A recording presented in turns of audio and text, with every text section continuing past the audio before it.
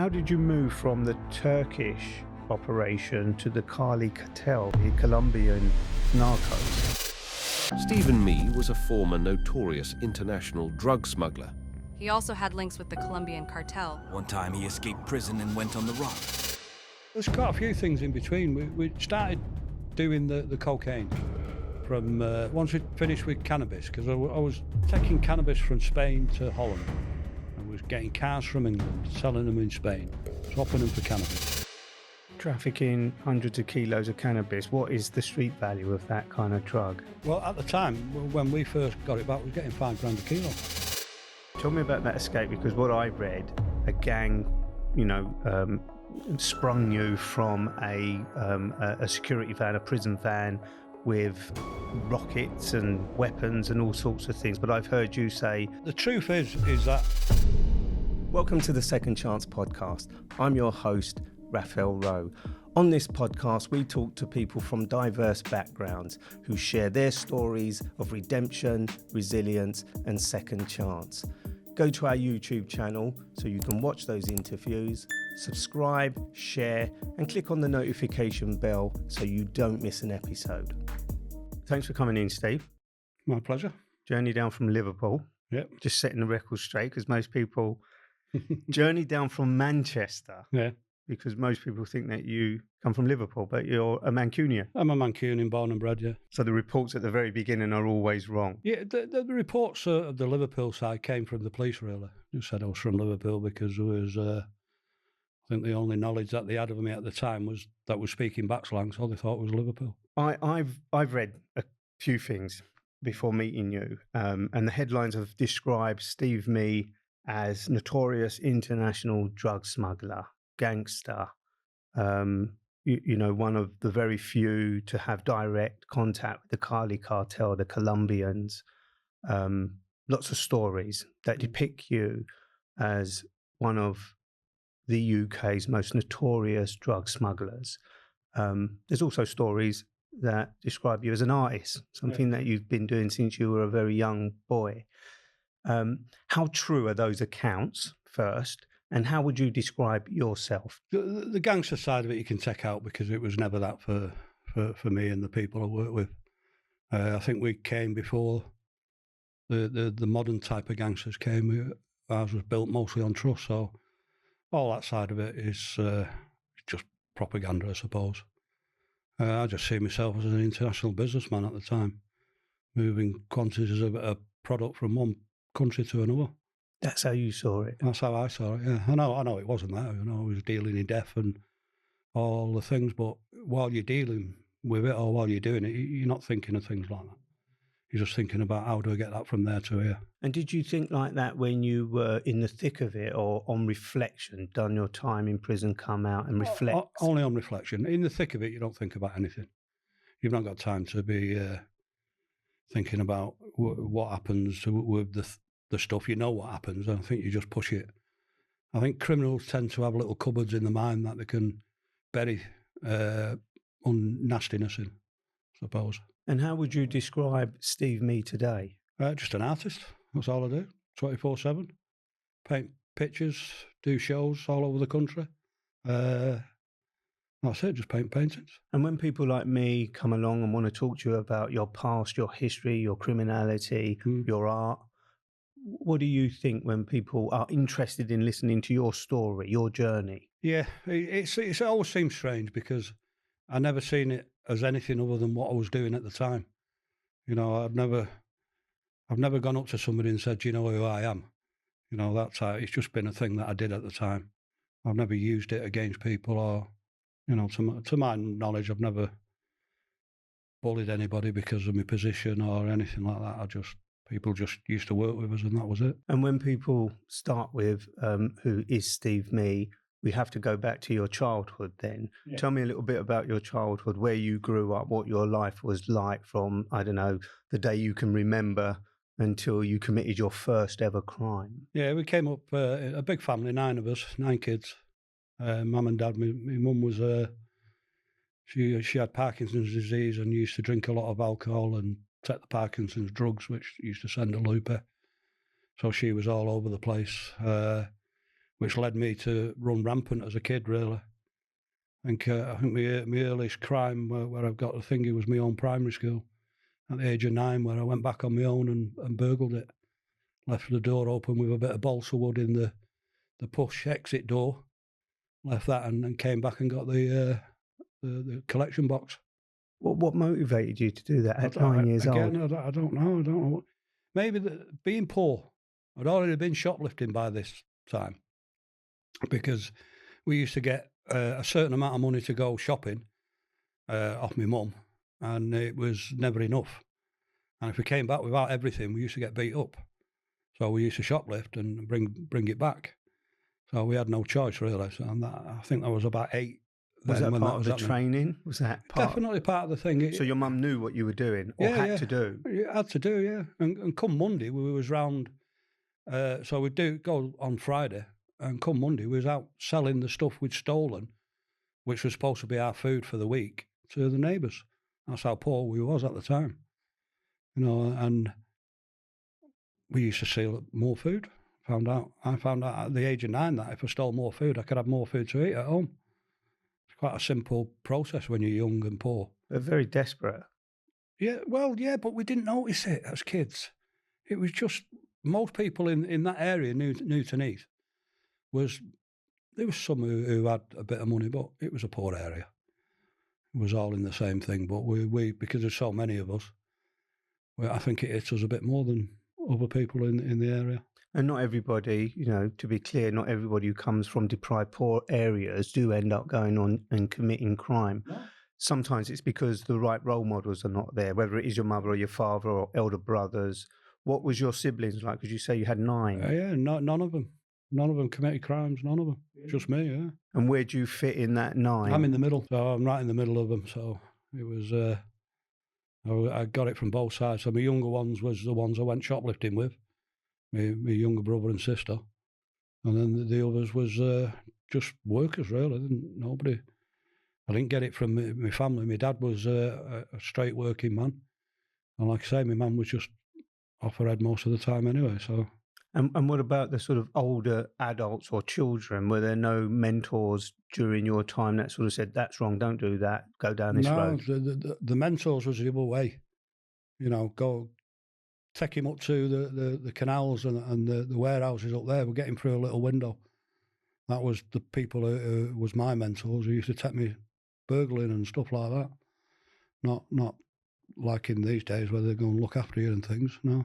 9 years old, first burglary, your own school. Yeah. Where did that lead to? That led to getting a good hiding off the local bobby. My mum, my dad, and everybody else who wanted to hit me that day. Because I went to a local shop and bought a big Toblerone. Within a few hours, the police had been round to all the local shops because they knew it was a kid, because it was just bits of money that was taken. Pennies. Remember the old pennies? I got a clear image of walking down the street with short pants and pockets full of pennies. But I went and bought a Toblerone, took the rest home. It was only a couple of quid, I think. I can't remember what it was, but it wasn't a lot. And then the local bobby came. He in front of my dad, just smacked me across the head. And then my dad did the same, and then my mum did the same as well. So, but it wasn't a deterrent. No. Didn't steer you in the right direction. I don't want to get slapped around the head again. I'm going to go on the right path. Where did it lead to? That led to more of the same thing, becoming known in the area as well, by the older ones, and they'd send me out. I learned how to steal cars by the time I was 12. By 13, I was in a place called Foston Hall, where they used to just beat you up as soon as you walked in. Foston Hall being a prison, young offenders. It was, remember... Was it Michael Howard, the short, sharp shock system? Yeah. That was Foston Hall. So it's now a woman's prison, isn't it? A female prison, so, I think. Yeah. Or brutal place, absolutely brutal. So you were sent to prison the very first time when you were 13 years old? 13, yeah. For stealing 13 cars. 13 cars? Yeah, well, really, it was one car and the rest was TICs. Taken into consideration? That the sergeant beat out of me, yeah. So it was different times. What did you get out of stealing a car? It was just joyride. I was just a kid. So I found out that I could do it and ended up on the local waste ground Found it really great to be able to drive, and then it just led from there, car after car after car, which then led into ringing cars, which was easy at the time again. But again, different times, different police about, different everything. You know, I had police phoning me up, telling me to bring the car in that they'd seen me in. So you weren't a very good criminal then. They knew everything you No, were up to. Well, yeah, I suppose at that age, but they only have to see you in a car, and they know that you're a car thief or a car ringer. And you drive past them, which is so easy to do in places like Manchester. It's interesting because when you talk about your childhood in terms of the poverty and the desperation, and you did what you did because you wanted what you didn't have, your family didn't have food. But by the age of 13, you were doing it out of joy rather than desperation or need. So why did it embed itself? How does it embed itself into you becoming a criminal for the thrill of it as opposed to the desperation? But at 13, we were still poor. You know, the family was still in the same situation. It was bad times around them times as well. So you're looking at what, in the early 70s, beginning of the 70s, wasn't a good time for anybody, really. You know, it just kept on building, I suppose. You know, I did settle down for a bit and had my first son. Is this when you got out of Foston Hall? Yeah, I got out of Foston Hall, went back at it again, stealing cars. The only difference when I came out of Foston Hall is that I was like a greyhound. You know, the police couldn't catch me, nothing. I used to just wait for them and run away, and nobody could catch you. So they trained you well. What was that experience like in Foston Hall then? Did it not? It was a short, sharp shot, that policy, but it didn't short, sharp shot you. No. Once you've been beaten up a few times, it doesn't bother you. Oh, it didn't bother me. You know, you used to make you stand on the exercise yard at 6 a.m, do a 5-mile run in them old long shorts like Stanley Matthews, and then plimsolls, freezing cold, and a vest. You do a 5-mile run, then you come and do a circuit. And there was about 10 guards watching you as you do it. And you miss one out, and they just come and punch you in the face. That's how brutal it was in those days. I mean, they've been prosecuted for it now, haven't they? Quite a few times. But it was just violence all the way through. So that's not going to teach anybody anything. How did it change you then? It made me fit. I suppose the only thing I can say about Foston Hall is that it made me fit. It made me learn how to duck as well. You know, that's how it never taught me anything apart from getting fit. So coming out of prison wasn't a deterrent. You were back at it. And then just settled down for till I was about 20. Ended up with my own house and a shop. I was selling bicycles at the time. And then sort of 81, had a few problems and just ended up going back at it, really. But so you were legit for a few years? A few years, yeah. About 5 or 6 years. Things went wrong? Yeah, went wrong again. Got involved with some lads who was doing other things, and I got dragged into it. I wasn't at it at the time, but got dragged into it, got 18 months for a few different things. Got it reduced on appeal. But by that time, my wife had left me because of it. And I was sort of on my own, so I ended up going back straight to Holland, really. Sort of 81 when I left to go to Holland. Why Holland? Just the idea was drugs, or cannabis, because it was quite quiet at the time. Not many people knew about cannabis in the 1980, 81. Maybe in certain areas they knew a bit more, but in the area I came from, nobody really knew about it. You mean in terms of consuming it or trafficking it? No, consuming it. No, nobody I knew at the time knew anything about trafficking. Nobody. But I ended up getting a few £1,000 and put that to one of the worst trafficking events of the 20th century, I think. What do you mean by that? Well, it's just cowboys. We knew nothing. You know, we knew that they sold cannabis in Holland, in these cabs. Had never been before. And 3 of us travelled down in a car that blew up on the motorway. It was just an old banger. And we all had to get on the train. And we all ended up at Felixstowe port, where we all got our passports together. So any distinction of me being the one who set it up was gone out of the window. We all travelled together and we all came back together, you know. But we ended up going into the coffee shops and being chased out of those, about 10 and maybe more. So you've got the money, you've Yeah. gone to Holland, and you've just randomly gone to try Gone and into buy coffee cannabis. shops, yeah. Didn't have a deal set up or anything No, like that. nothing. No. What caused the mind shift and the risk that you were about to take, given that no one was doing it, so you had no, I hesitate to say mentors in the drug trafficking Yeah. trade, but you've gone on this mission solo. Well, I was the boss of it, or the control of it, I suppose. But there's 3 of us together. They were supposed to be doing the carrying. But because we all got intertwined, we was all together anyway. But I don't know what made the thinking of it. I knew that I had £2,000. I knew that I could go over there and buy stuff. I didn't know other people who were selling it, but they was most of the blacks in Moss Side. And they wasn't doing this soap, but I like to say the white side of the drug taking world was smoking that soap, that Moroccan soap. Everybody knows about it from the past. It was disgusting. And I don't even think I was smoking at the time, but I was seeing people having it all the time and realising there was money in it. So I knew that if we went over there, surely they must be selling it, which he was. But it took us, like I say, about 10, maybe more coffee shops. And we ended up in the Hells Angels. And that's who we bought our first kilo off. £2,000 kilo of cannabis. No, 1,300 it was. You can even remember how much it cost. I can remember the stuff. One bar, it was about an inch thick, and it was like rocket fuel compared to what everybody else had tried.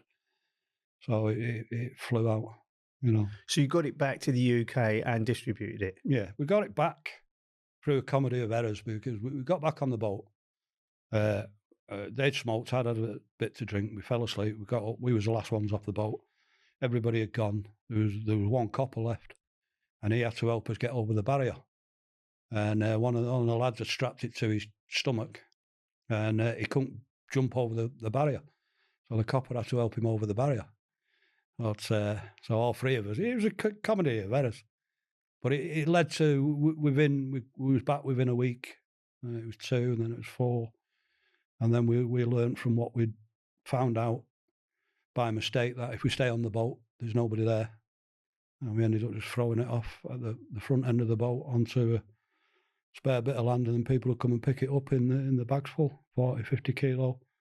Then it was 100 kilo, then it was a couple of 100, and then we lost it all, and that's how it goes.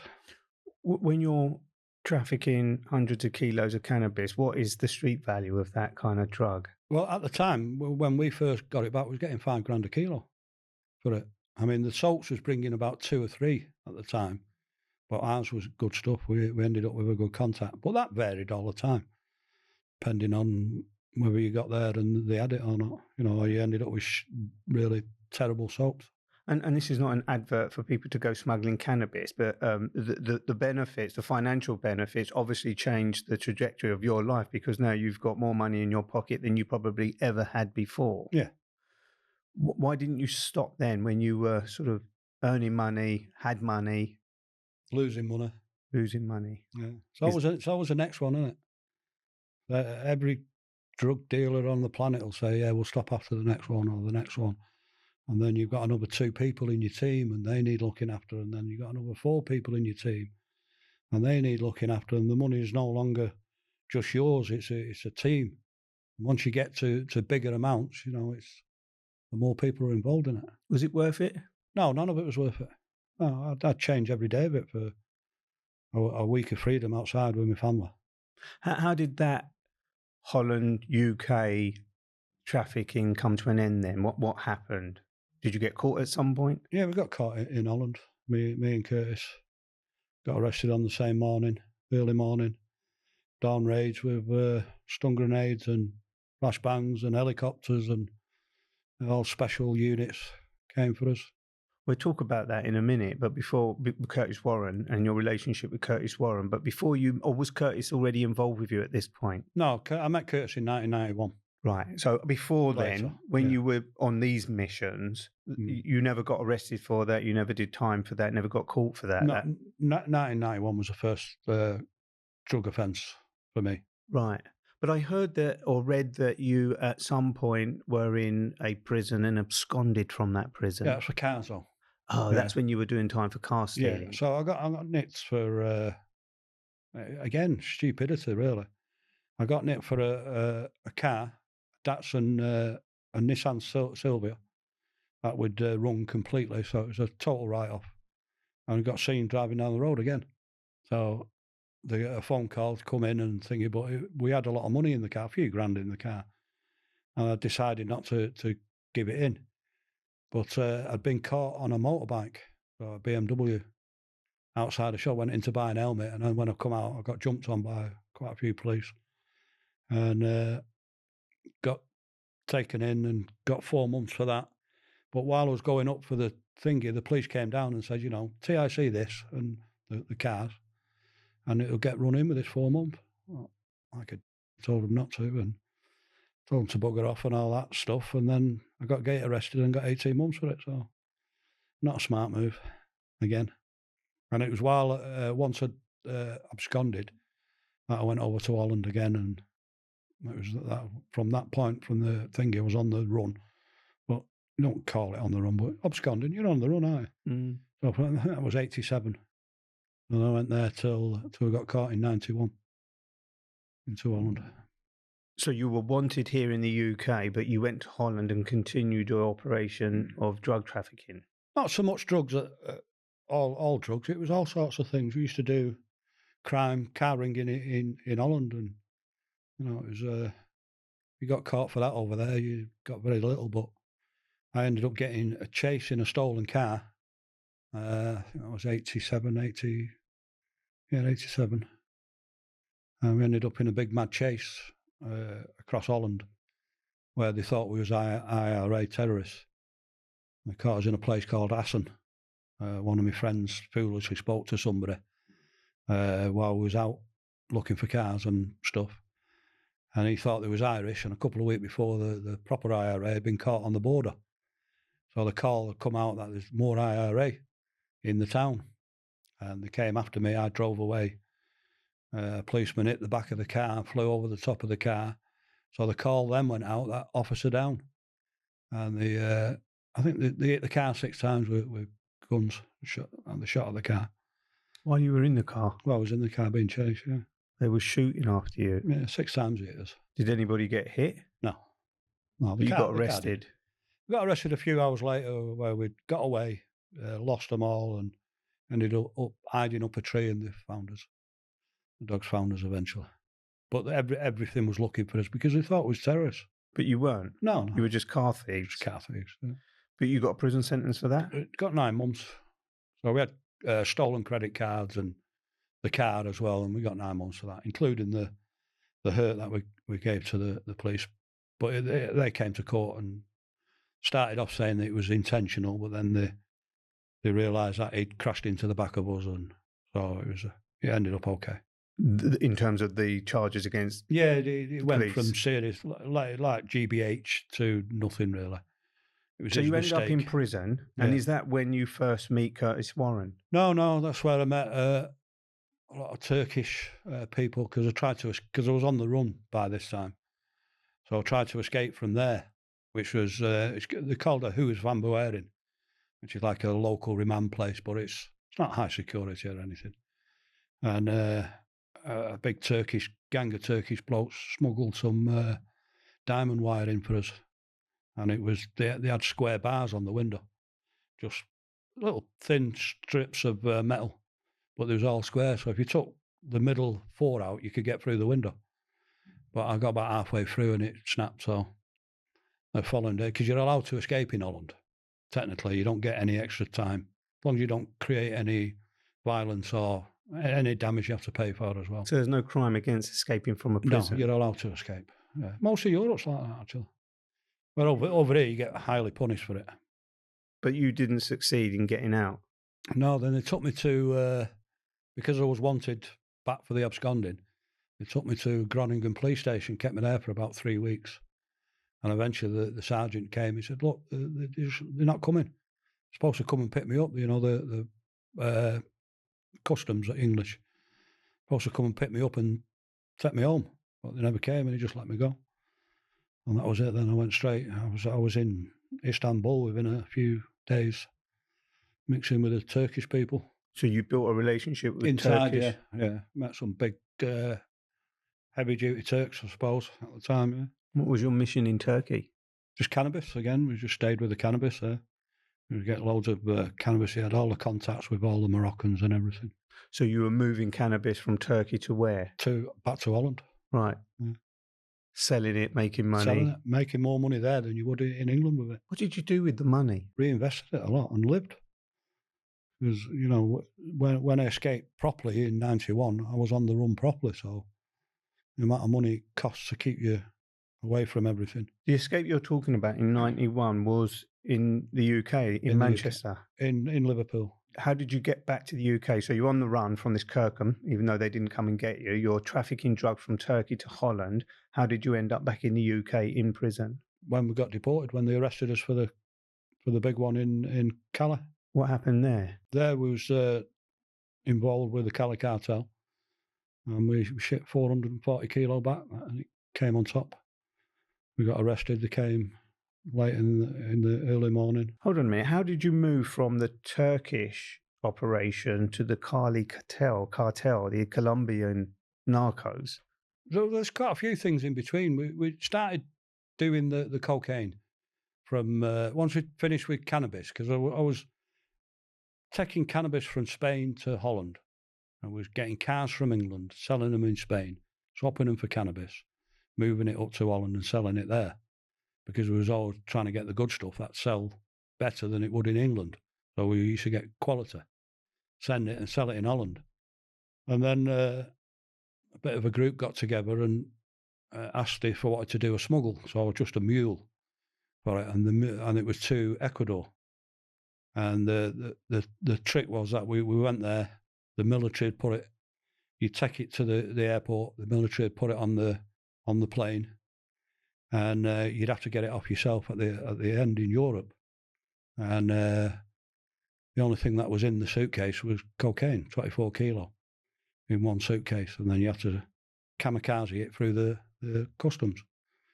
And if you got through, you got through. If you didn't, you'd only end up with a few years anyway. So it was a good gamble to take. So, but I got through with 24 kilos. So and then I got the money from that. I sold mine in Switzerland. Got about twice as much as other people was getting for it at the time. And it just built, and then we ended up getting infiltrated through a Belgian gang. And I ended up getting caught in 1991 here in England for 40 kilo of cannabis and 6.3 kilo of cocaine. That was in 1991. And then while on remand for that is when I met Curtis.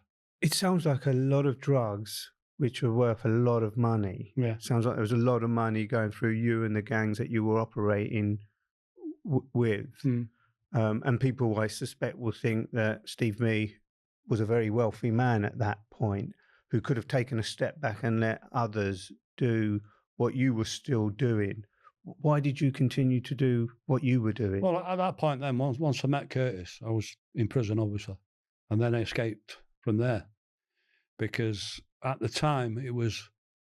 I always suspected I'd get about 10, 12 years for 6.3 kilo. What's that worth, street value? Well, they put it at millions, didn't they, at the time? But it was, you was getting 15, 20 grand a kilo for it, so not much. But what we got, what it ends up at street value is just some fantastical amount that they sort of make up out of the sky. And so I escaped and went back to Holland more or less straight away. Tell me about that escape, because what I've read a couple of different versions. There's one version I read where a gang, sprung you from a security van, a prison van with rockets and weapons and all sorts of things. But I've heard you say absolute. Yeah. What's the truth? Well, the truth is that the plan, the only plan that we had, and the only one chance that I had to escape was to get off the coach. And I'm talking about a coach, not like you see now where you've got the horse box type transport. I'm talking about old coaches. And this was that old that it had a sloping back. It was that old. And it had just the front door, which had an emergency pull on it. And I got moved to Risley because of the Strange Ways riot thing. They had to rebuild it again, some of the cells, and they moved us all around. I ended up in Risley.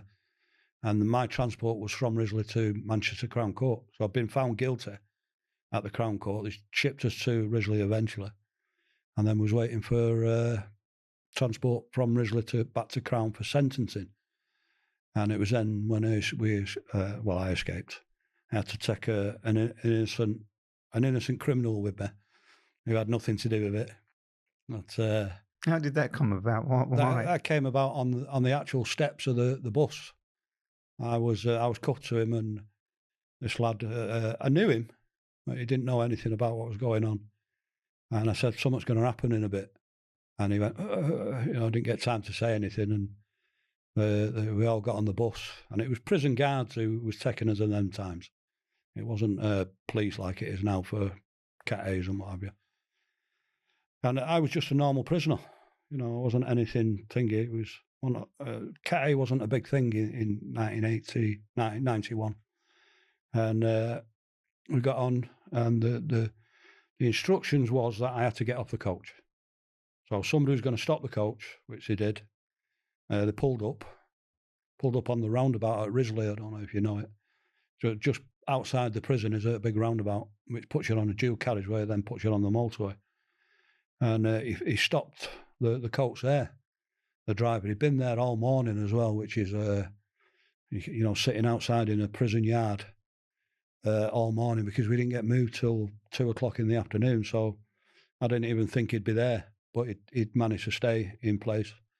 He stole that car just before he got there as well, on his way to it. So, and then he pulled up on the roundabout, and as he pulled up, a police van pulled up on one of the exits, and the copper was shaking his head, as a idiot pulling up on the roundabout, and he drove off up the dual carriageway, but then pulled out again just quite a bit further up,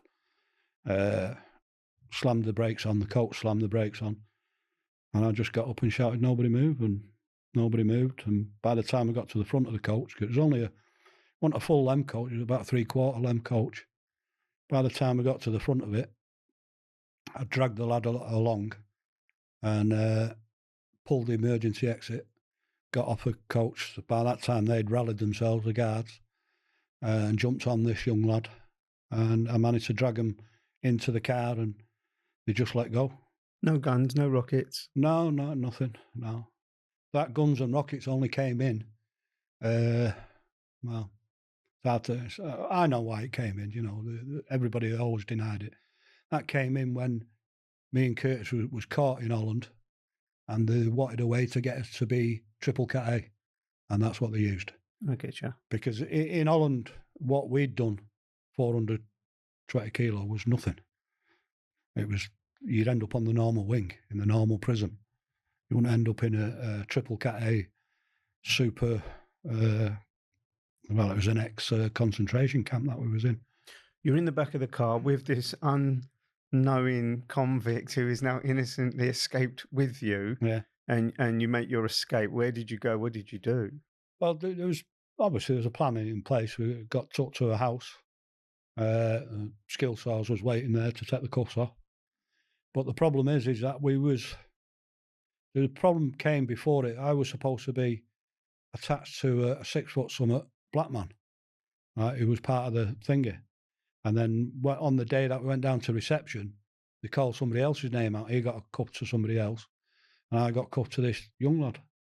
So it was completely different. So when we got to the house in Liverpool, and the people who was waiting there who knew what was supposed to be coming, ended up with 2 white men there.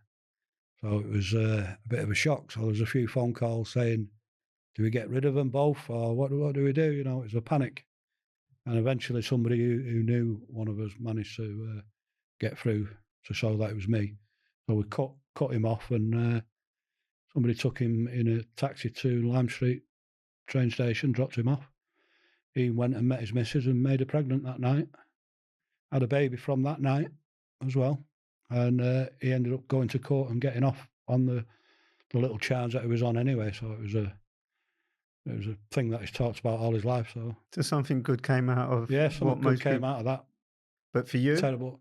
For me, I ended up getting took to a flat in Toxteth. I had to stay there for about 3 months. I was fed every other day, and people looked after me until we could arrange a private plane to get out of the country.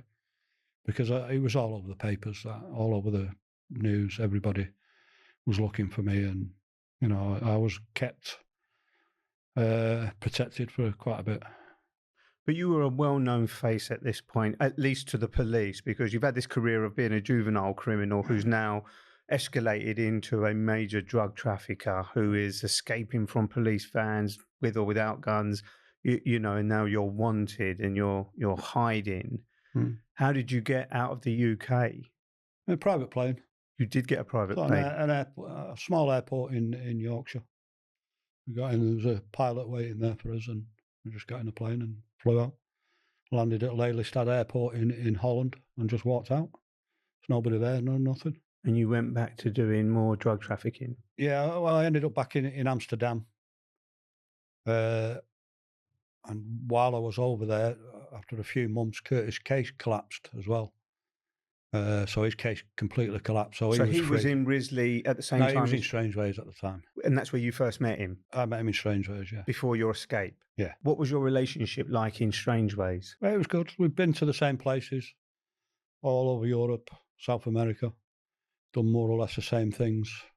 And I knew a lot of the guards in Strangeways because I've been in and out a few times, and I had a bike shop where a lot of them came and bought push bikes, so I knew where they lived. So they was really friendly with me, I got on with them quite well.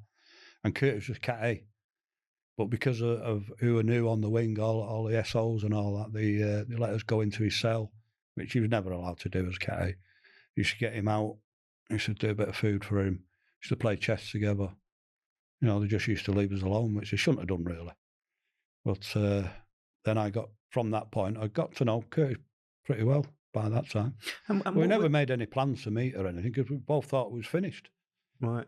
He was in for that and I was in for mine. What was he in for at the time? He was in for the 1,000 kilo, that got caught got caught here in Holland and Belgium, I think. But he's already got a reputation around him of being connected with the Colombian cartel. Yeah, he'd already got 500 kilo through. That was the one where the customs didn't drill through far enough. So they used the wrong size drill and half an inch away or whatever it was. And then they ended up finding out that he'd got the 500 kilo through. So they was after him, and then they tried it again with 1,000. That's when he got caught. But it all collapsed, that case. Just for the record, for anybody who doesn't know, I mean, Curtis Warren has been labelled, the kingpin of drug trafficking here in the UK, the biggest drug trafficker there ever has been in this country, and has still got a reputation every time his name's mentioned, because of his direct relationship with the narcos, the Colombians, etc. You've met this guy, you're in Strangeways, you've built up a friendship, didn't arrange anything. You've escaped, he's still in there, but then his case collapsed. And you meet up in Holland together? Just phone calls at first. Just phone calls? And then we meet eventually, yeah. Back in Holland, I've already been supplying for quite a bit. Because what I settled into was that I realised that I'm on the run. It's big trouble here. I'd already been convicted for 22 years in my absence. Really? What? Tell me about that. You got 22 years? Yeah, when I escaped. When I escaped, I was on my way to court for sentence. And they gave you 22 years? In my absence, yeah. More out of anger, I think, than anything else. Because the judge wasn't happy and I didn't appear in court on that day, so they weren't happy. And, I had the 22. And once I got over to Holland, I was concentrating on supplying the people there. So anything I was going to do, I sort of forgot about England now. I'm just working Europe and dealing with people there. Why didn't you just keep a low profile? You've just dodged. I say dodged, they're always going to catch up with you. But I mean, you just dodged the 22-year sentence. Money. You didn't have any money to sit there and pretend to be someone else. Didn't even have a proper passport. I had a 12-month passport at the time, till I got a decent 10-year one in somebody else's name. But I mean, you're looking at £5,000 back then to buy a passport. I didn't have it directly. I soon earned it once I started doing a few drug smuggles and things like that, and buying and selling stuff for people. Well, that's where I set in, and then I was buying it for quite a few people, but mostly just selling it to them there. So how did you and Curtis become partners or in the same organised gang group? Well, like I say, my gang as such was from Manchester, Moss side, and the two Liverpool gang and Manchester gang sort of came together with me in the middle, sort of thing. Before that, none of them sort of knew each other and things. So I was sort of like a link in between, and that was it really. Once I got to Holland, and after I met Curtis, everything started coming through me. I think he was paying 20 grand per kilo at the time, and the people I knew, I was getting it for 12. So it was a big difference. So my contacts was better than the ones that he had at the time. And then it just carried on like that for a bit. Like I say, I was mostly in Europe, and I was making more money just from people who knew me from doing the smuggle from Ecuador. They knew me from then, and whenever they had anything that they wanted to sell, a lot of them came through me, and I used to sell it on to everybody. German, Swiss, anybody. English used to come over. I used to put a couple of thousand on for myself.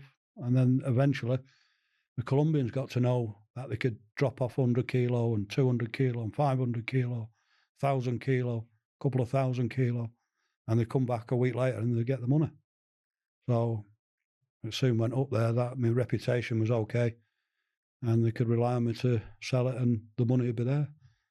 And like I say, on one occasion, I put £5 million in the boot of a car, and the Colombians had come to pick it up. £5 million in cash? And they left it in the car. They came on Monday and asked me where the money was. They thought they'd just give me the cocaine to sell, and then they'd pick the money up. And they'd been driving about Amsterdam with £5 million in the boot. So my reputation was up there in the first place. Did you have to go over to Colombia at any point yourself and meet with the cartel? I went all the time. I went about 8 times. Who was you meeting when you were out there? I mean, I'm not asking for names, but I mean, what type of organised criminals were you meeting? Well, we went straight to the top. I was meeting, within a few weeks of being there, I was with Lucho, the head of the Cali cartel in Bogota.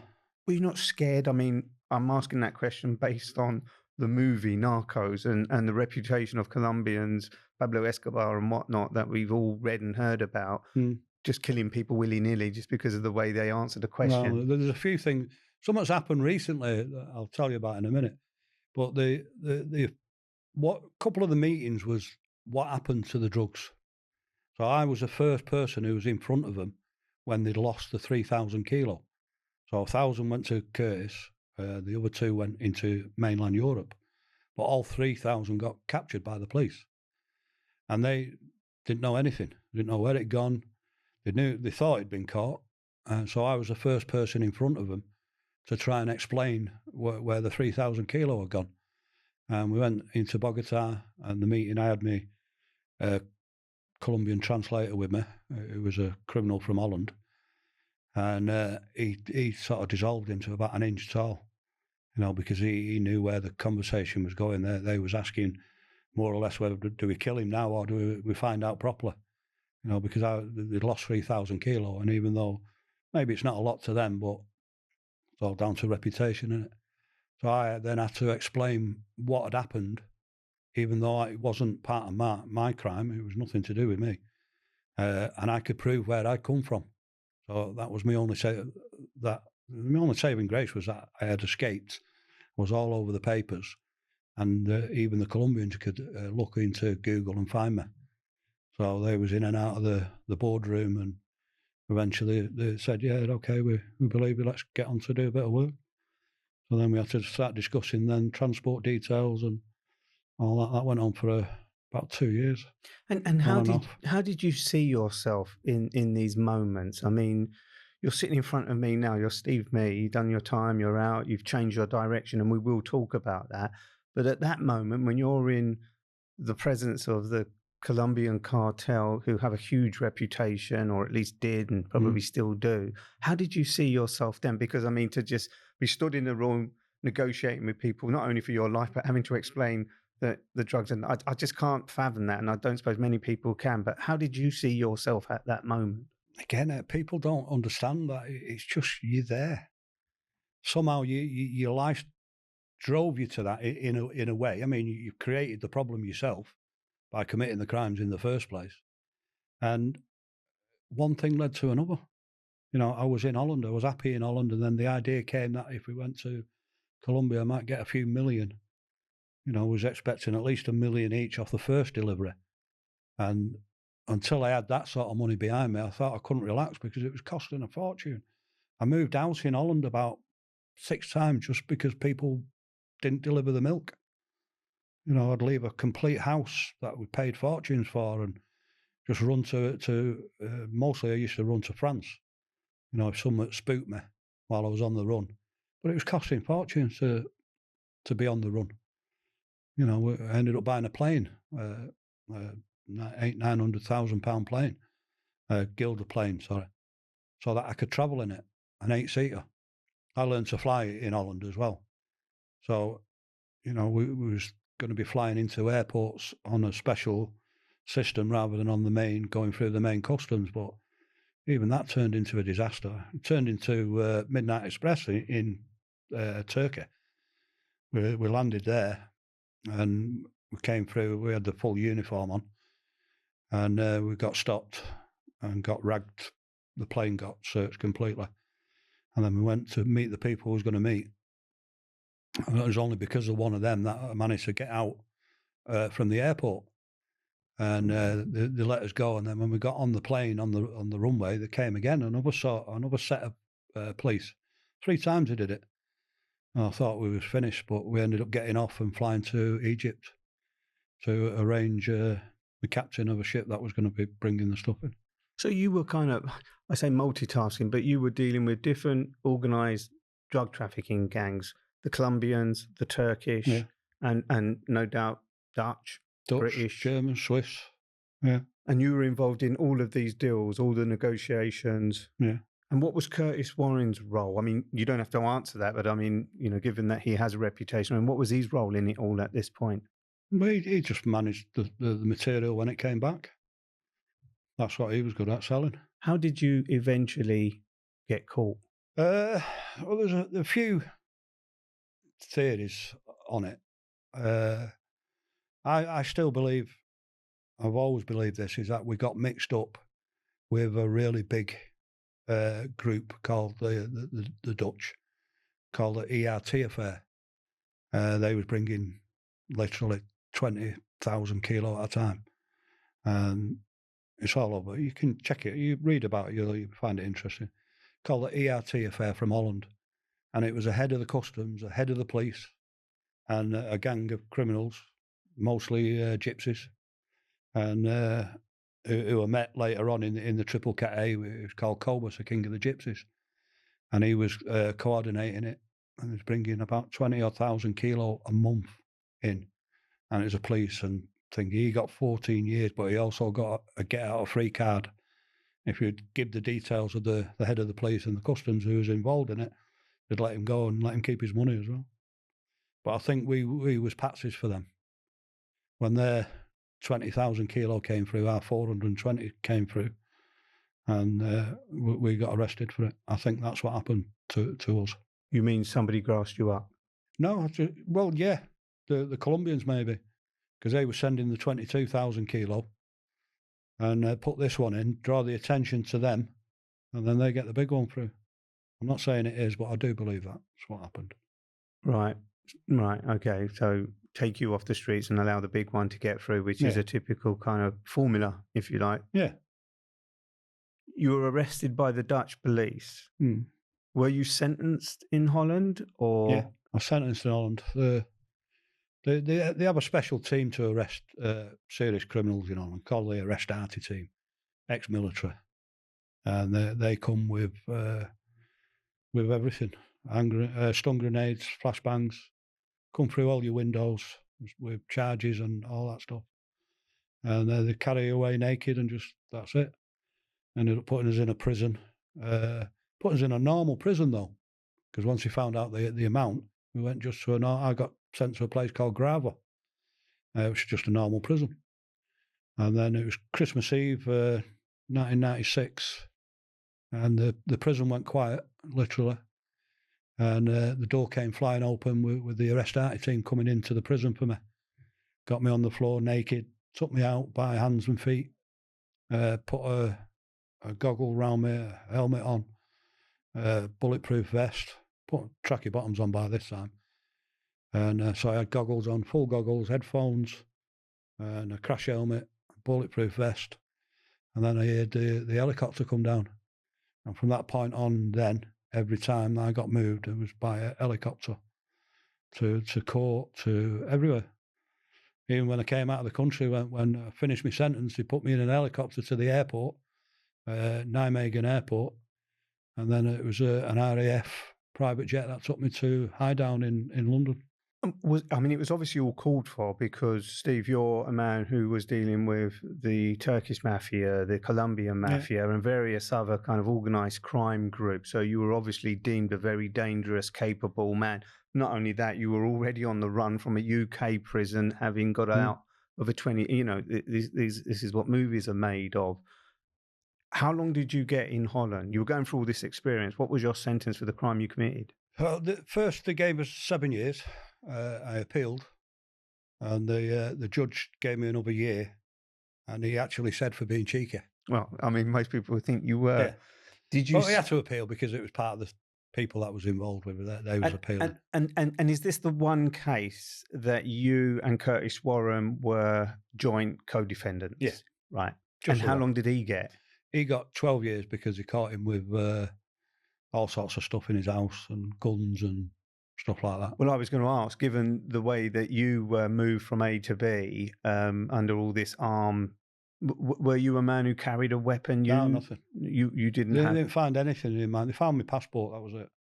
They didn't find a scrap of paper or anything. But even when you were going and dealing with the cartel, etc., you didn't carry a weapon for your own, I say, protection? No, well, there's no point, is there? There's no point. My first trip to Bogota was ridiculous.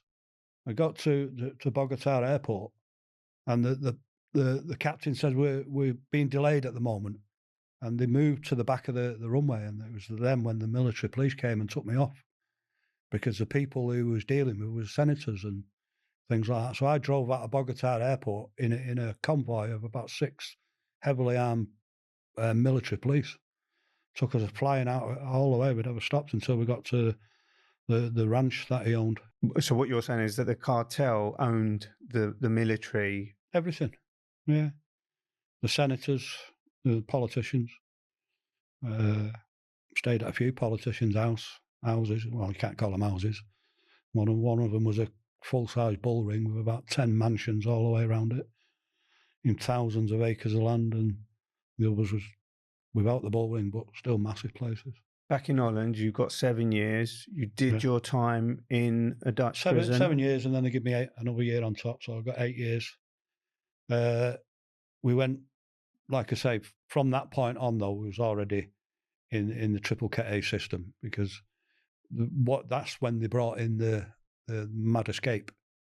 So the paperwork, they sent paperwork, I got the paperwork from the Home Office saying that Stephen Mee had escaped with an armed gang who stopped an armed police transport, which is the first lie, which was prison guards, with rocket launchers and machine guns.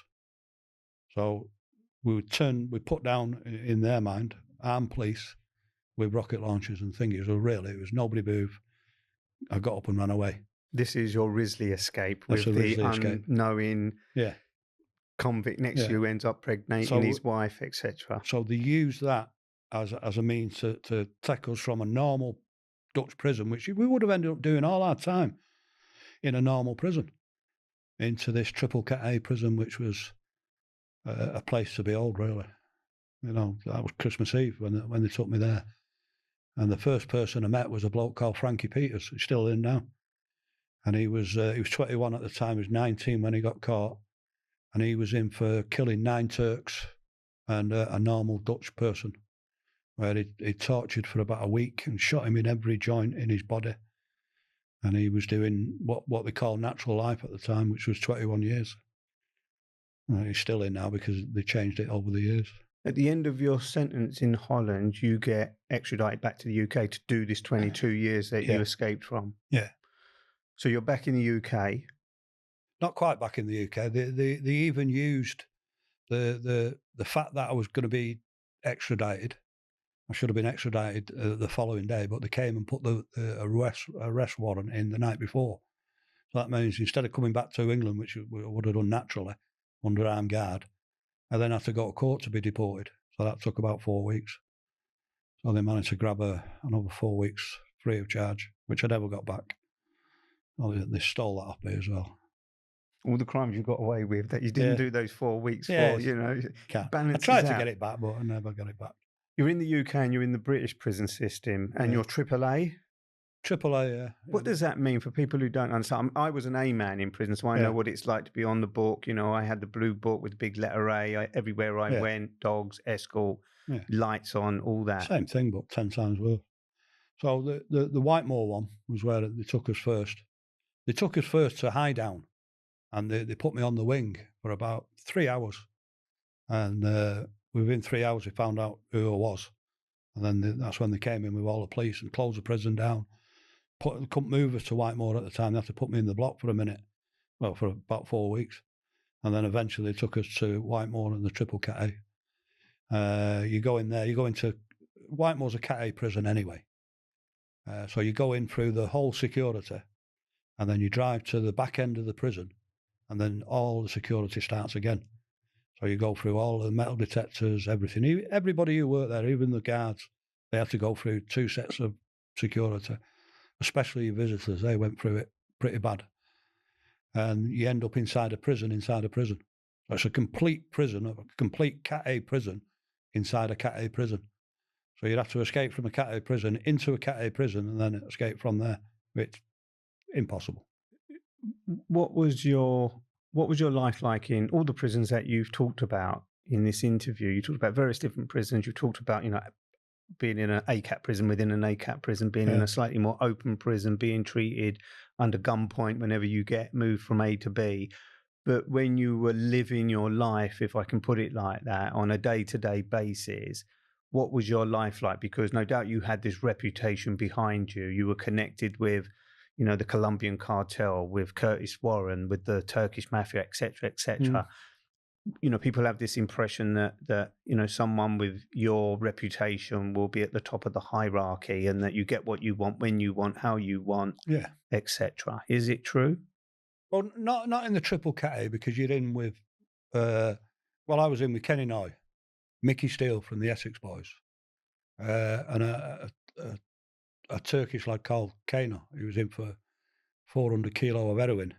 You know, so there was all serious criminals that was already in there, and plus you had space. There's only 4 of us in a place. I think it only took about 12 anyway, but we needed, they needed 24 guards to open up in the morning. Often they wouldn't even open us up from the cell because they didn't have enough guards to cover it, and they needed 24 guards for 4 prisoners. Everywhere you went was behind control, obviously. Even your visits was closed visits. And that was especially true in Holland as well. So overall, I did 8 years of closed visits under those conditions. And, but like I say, had I had the choice, I would have carried on and done the rest of my sentence in there. Because you're in a cocoon. You've not got all the problems, as you know, on the wings. It can be all sorts. And eventually I did get on the wing and seeing some terrible things happen. Seen a few people die in Pull Sutton. You know, there's not nice places, but like you say, I had a reputation as such. And the reputation hit the prison as soon as they moved me out of Whitemore. As soon as I got to York, when I finally got my security file, within the first week I was in control of every single drug in the prison, even though I never dealt with any drugs at all in the prison. But on the security files, I was leading it all. And you're saying it wasn't true? Oh, yeah, it wasn't. They just put me at the top of the list straight away. I did send some money to somebody so he could buy me canteen, and that was it.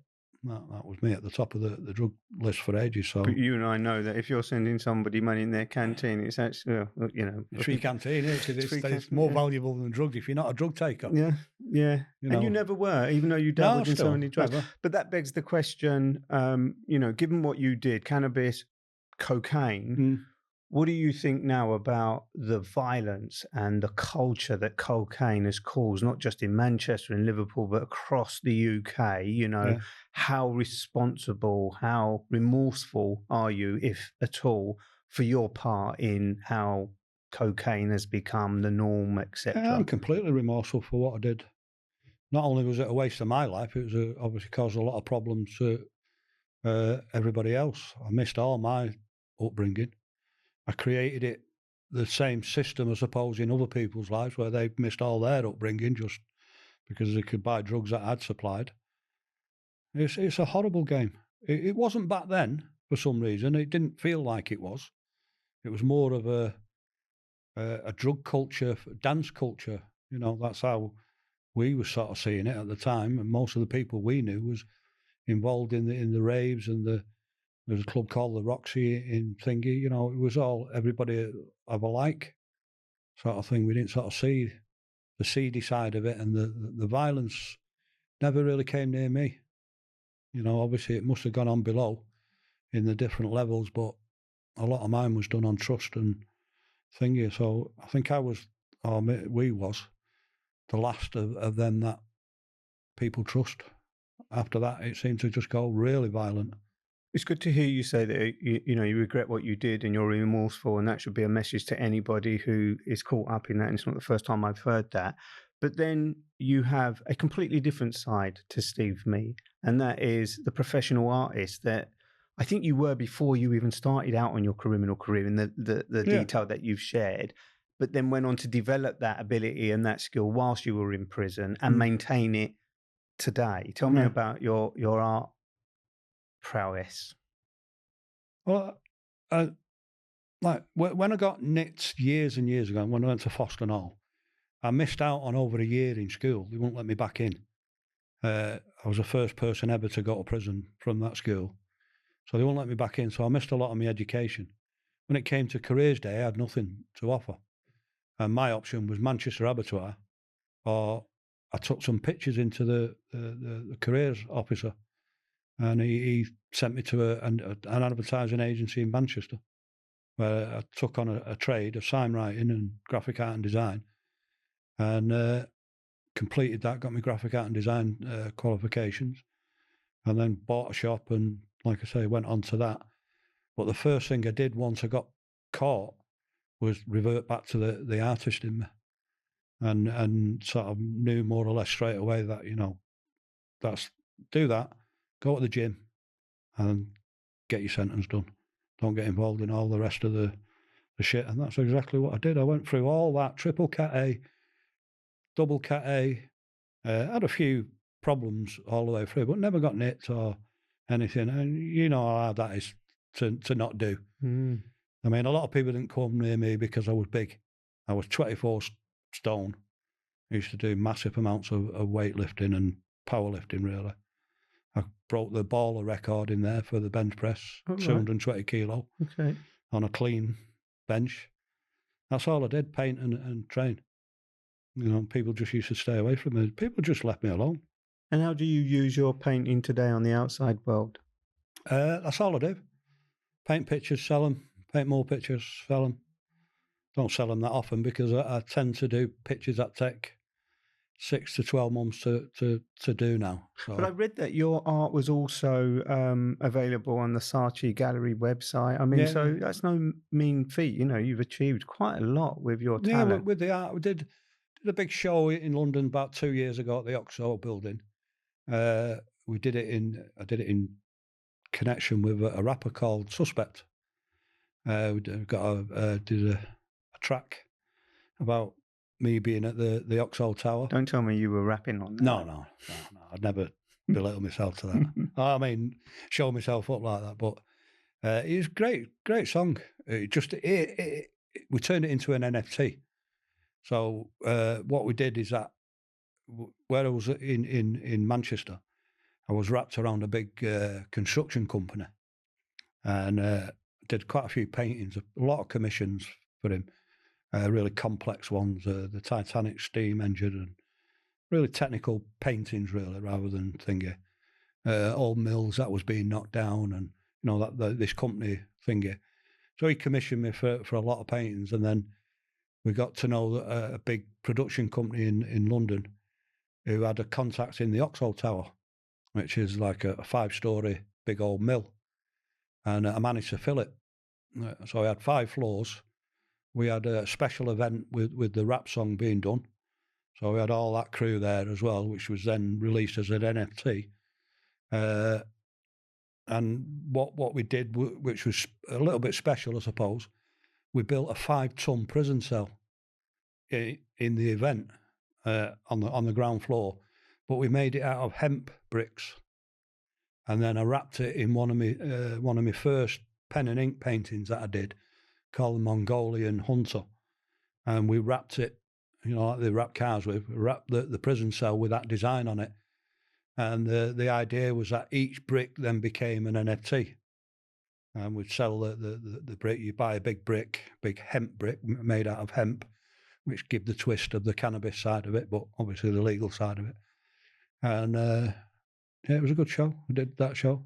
Last couple of questions. Do you still have a relationship with Curtis Warren, or did that die after you got arrested and did your time? Last time I spoke to him was in Strange Ways in 1991. Since you got out of prison, just to be clear, since you got out of prison and you've embarked on your artistic career, you've not been involved in any more crime? No. Would you say that prison reformed you? You reformed yourself? You just went on this trajectory to be different? Both. I think you reform yourself as you get older, you realise. But it was a little thing as well. When I first got out, obviously straight onto probation, went into a hostel first for about 8 weeks, and then the police have to come and visit you. So they came, these 2 young coppers, 2 detectives, and they said, "Oh, all right, how's it going?" I said, "We reckon that we're not going to have any trouble with you now because of your age." You know what I mean? Straight away, more or less saying, "It's too old for this, mate. Leave it alone." And that was the last contact I had with police, and up to right now. That's really good to hear. And I suppose before I ask the question, what's the moral of your story? What strikes me is, despite all of the cocaine and cannabis that you were involved in terms of the trafficking, you said it a moment ago, when you got out of prison, you ended up in a hostel. You didn't end up in a mansion. You didn't end up with millions and millions of pounds tucked up in a bank account that you could go and live a life of Riley like you see at the end of movies, where they go on their yachts and off into the distance with lots of trimmings. It doesn't work like that, does it? So what is the moral of your story, Steve? Well, I came out of prison with about 30 paintings in a trolley. All my family was there and everything. Well, that was my start. Those paintings were sold quite all over the country, really. They're in some pretty decent boardrooms. Timpson's own one of them. Vivian Westwood has got 2 of my paintings.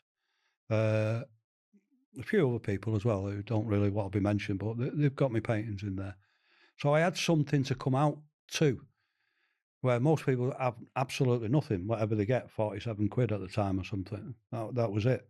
So what are they going to do if they've not got a family around them or the opportunity to do something? So if you're not teaching people anything in prison other than to come back to prison, that's all that they've got to do. People are in there for long enough. They could teach them trades, they could teach them anything, but they don't want to. Like Full Sutton, Whitemore, 4,000 somewhat prisoners, less than 100 in education. Full Sutton, 5,000 plus prisoners, less than 100 in education. There's no intention of these big mega companies who own these prisons or the products that they sell to rehabilitate anybody. Would you say that you're coming out of prison with that artwork was your second chance? Yeah, yeah, 100%. I had a second chance with that because you had to, I mean, I'm not talking, that wasn't the art. I had about 80 paintings. I was sending them out all the way through my sentence with again, that plan that, you know, I'd lost millions. I was painting my pictures, I was getting more pleasure out of painting pictures and counting millions of pounds. You know, and I knew I had something to come out to, and luckily it helped. You know, I sold them for reasonable money, and it also gave me the position where people could recognise that you was trying, and they'd help you. Like a couple of patrons I've still got. You know, there's no reason for them to give me whatever they gave me for the paintings. Could have gone down the street and got the same one for £1,000 instead of paying 5 or 10 or 12 or whatever they paid. You know, people, if we constantly trying, which you know, nobody can say I haven't. Every time I just keep trying and trying and keep going and keep going, and then eventually you get into a position where you can help people to do the same, and that's what we're trying to do at the moment. You know, we're trying, like I say, we was talking about the microgreens and things like that. You know, we can teach some young cannabis growers that don't do that. Just go and do this. You go into your little room that you've got or whatever it is and start growing microgreens, you'll earn legitimate money that you can put into a bank, you know. And Transferable skills. Transferable, yeah. Everybody deserves a second chance, right? Yeah, everybody. And you've taken yours. I've taken my second chance, yeah, and I'll never look back on it. You know, the difference between looking behind your back every time that you go out or while you're sleeping and you're waiting for a knock on the door, it's phenomenal, you know, that you can... I do a lot of walking. I go on the canals and I sit down and I paint for hours in the outdoors and things like that. With knowing that there's nobody sneaking up behind me. No Where police. can people see your paintings if they want? Have you got a website? Oh, I've got my website, stephenmeeart.com. Stephen Mee, and that's me with double E. M-double-E, yeah. Go look at your website. Steve, thanks very much for your time. Yeah. Appreciate it. All right, thank you. Thank you for watching or listening to the Second Chance podcast, where we share stories of redemption, hope, resilience, and second chances. Who deserves a second chance? Who has the right to give someone a second chance? And is a second chance even deserved? That's what Second Chance is all about. So subscribe if you want to be kept up to date with new episodes.